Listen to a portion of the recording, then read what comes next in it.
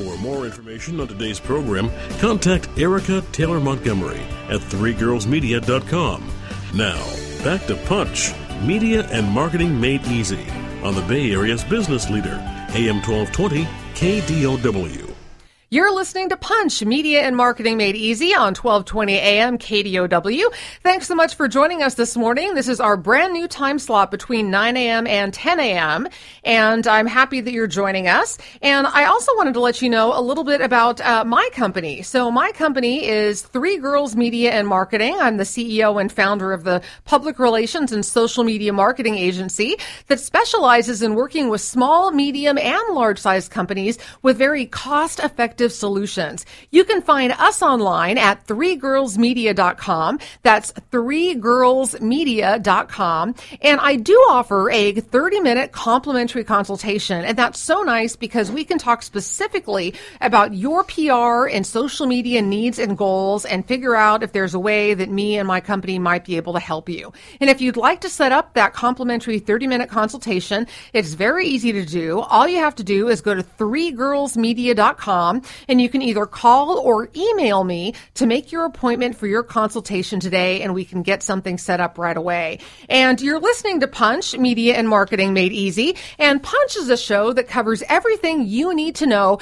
to punch through your competition and deliver that total knockout when it comes to public relations, marketing, social media, branding, advertising, and so much more. And I'm really excited that this is just our second live show, so we're being able to take your calls throughout the hour. And if you have a question about the mobile web, I encourage you to call in and speak with me and our guest, Jerry Bates of Fitting Sites. The number is toll free, and you can reach us at 800-516-1220. That's 800-516-1220.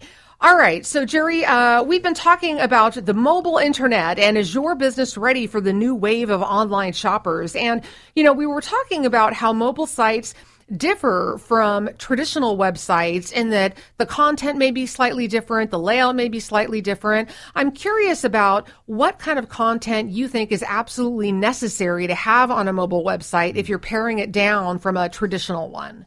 Well, we really start by looking at it, before we even get to the content. We look at just how fast your page loads. So one of the big mistakes people make when they're trying to make the move to mobile is, this is not really a place for ornate designs or large images or even large amounts of text. But just because of the kind of experience that mobile users have on their device, you really need to pare things down. You need to have a website that loads quickly. And when we talk about paring things down, also content, I think, is a big part of that. You want to make sure that you are, you have a small site. You don't need 100 pages. You need to just have the most important or pertinent information available at the top. I think especially if you are a local business, and I know that the internet search traffic on mobile for local businesses like restaurants and things like that is huge. I think you definitely want to make sure that you have your contact information available on every page, prominently displayed. So your phone number or your address, your physical location, a map even, these things are very important to people who are mobile users. But in general, if you're thinking about something like reading an article online, for example, someone who's on a phone, it probably doesn't have the kind of attention span or tolerance necessarily to read on a small screen a very long 1,000-word article on some, thing that you're doing with your business. So really it's important to get your message out there and get it out there quickly, I think, as well. Beyond that, obviously, there's some things that you just can't have on a mobile website, like Flash, for example. We can argue all day whether it's a bad idea that the iPhone and the iOS devices don't run Flash, but the simple fact of the matter is that those devices represent half of the mobile market.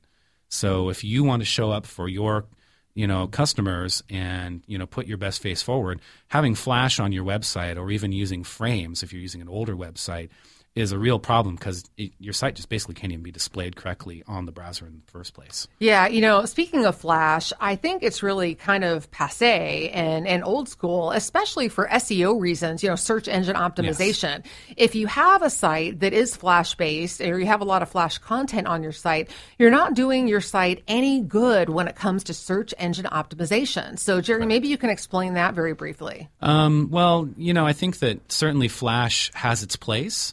I think a lot of people are very quick to say that it has no place anymore, and I think that what it doesn't have is it doesn't have a place on the internet where it is the thing that powers your entire website, which is something we used to do, 5-6 years ago when this was the only way to get a immersive experience or a rich multimedia experience.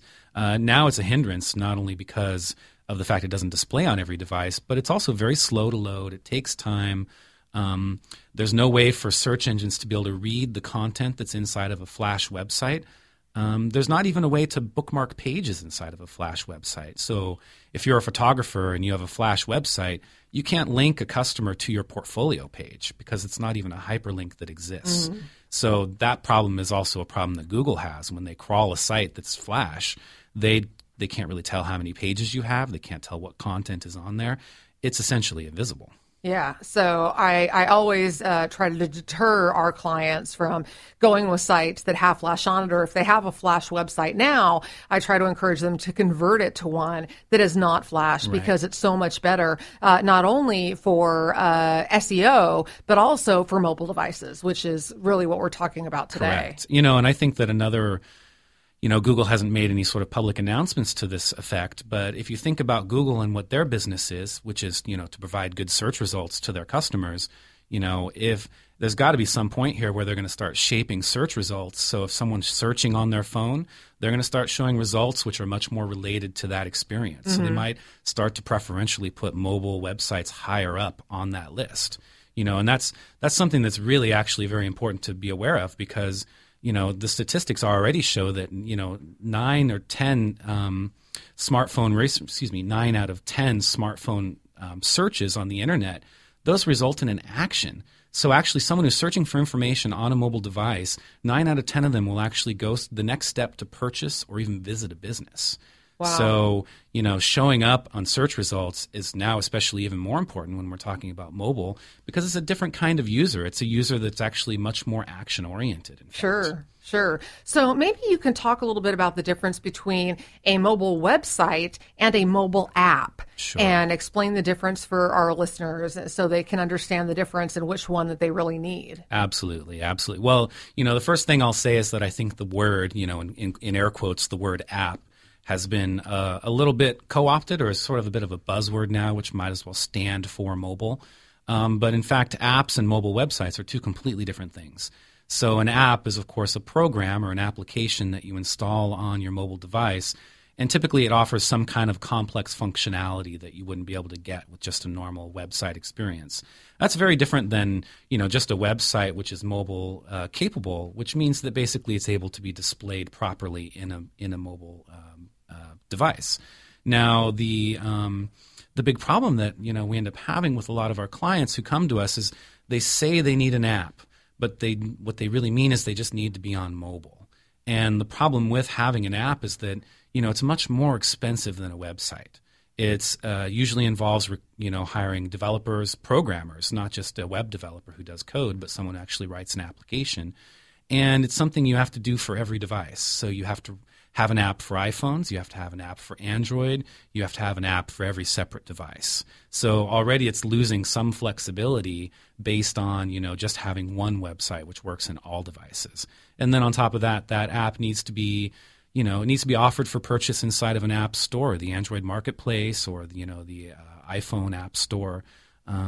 So just getting your app noticed, if you actually have an app, is very difficult, especially in those marketplaces where we're talking about tens or hundreds of thousands of offerings. Sure. If you have a business where really you just need to offer information about your business, you don't need an app. You really only need to start thinking about it if you have some very complex functionality. Yeah. And, I think for most businesses, an app isn't really necessary. Correct. I mean, the most popular categories of apps are games and, let's see, I was just reading an article about this, and there were two others that were incredibly popular, but I know games were absolutely number one. Games, productivity is another really big one, obviously. Sure. I think that it's really interesting when you have, if I have a client who's a dry cleaner and they come to me and they insist they need an app, for their business, I challenge them with the use case. Well, what are people going to do with this app? Are they going to order, or are they going to, book an appointment or something like that? And, now we're actually starting to see mobile websites which can do that as well. I use Gmail on my iPhone, for example, and it's not a mobile app. It's actually a Gmail mobile website, but it has all the functionality of Gmail, including updating right there on your screen, so you don't have to reload the page. If you can create a website which has e-commerce or has scheduling or has things like that, we're starting to, really question, do you need an app at this point? Because all of that can be powerful. done through a mobile website. Yeah, absolutely. Yeah. And more. And I think this is going to actually grow and increase as we're starting to see the rise of just web apps in general. Fantastic. You're listening to Punch, Media and Marketing Made Easy. Our guest is Jerry Bates of Fitting Sites, and we're talking about the mobile internet. If you have questions about that topic, you can call us live at 800-516-1220. That's 800-516-1220.